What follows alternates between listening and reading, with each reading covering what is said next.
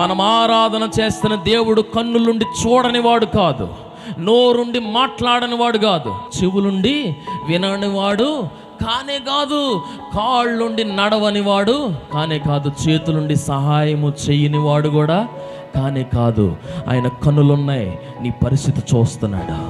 ఆయనకి చెవులున్నాయి, నీ మొర వింటా ఉన్నాడు. ఇదిగో ఆయనకి నోరుంది, నోరు తెరిచి పలికేడా నీ జీవితంలో ఉన్న శూన్య పరిస్థితి కూడా సృష్టిగా మారిపోబోతా ఉంది. హల్లెలూయా. ఇదిగో భూమి ఆకాశములు ఒకప్పుడు లేనప్పుడు ఆయన నోరు తెరిచి పలుకగా లేనివి ఉన్నట్టుగా కలిగాయి.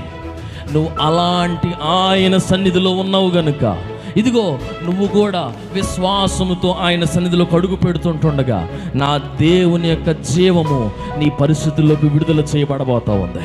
గట్టిగా చెప్దాం ఆమేన్. హల్లెలూయా.